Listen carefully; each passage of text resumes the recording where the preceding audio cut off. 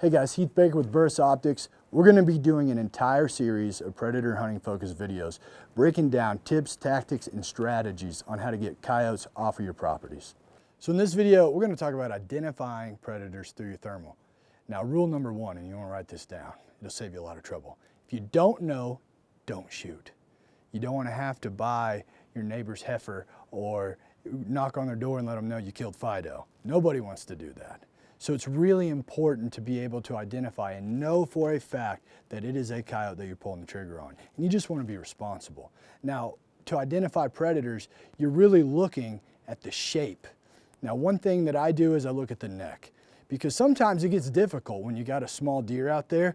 You know, at first you're like, oh, coyote, because you're all excited. But you really want to pay attention to, like, a deer has a longer neck, a coyote has a shorter neck, body length.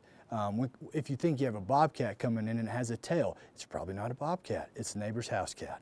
So you really want to pay attention to their body shape, but also their behavior and their mannerisms. So let's talk about predator behaviors when identifying through thermal.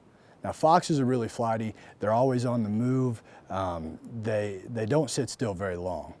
Now, bobcats, a lot of the time when a cat shows up, it's gonna pop out and just sit there for a minute and not move. And when they do come in, they're crouched low to the ground, low profile, they're elongated, and they don't have a tail.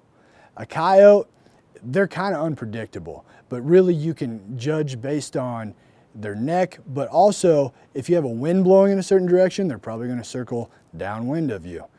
You just really need to pay attention to the behavior and their body shape whenever you're trying to identify a predator through a thermal optic. And obviously there's givens. If you let out a howl and you spot, you know, some heat out there and they're answering back and serenading, those are coyotes.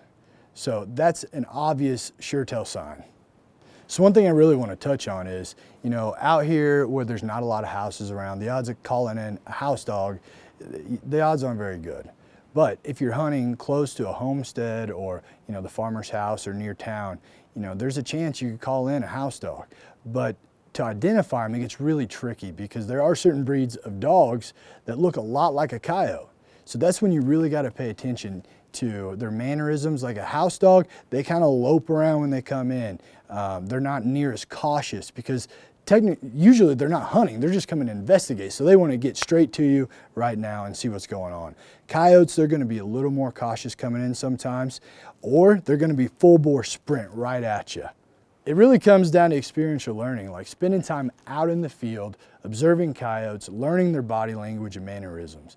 But as a rule of thumb, don't forget, if you don't know, don't shoot. Hey guys, we appreciate you tuning in and watching our videos. We hope it helps you out and helps you put more fur down. Now, if you want more videos, check out our coyote hunting playlist. Don't forget to like, subscribe, and follow.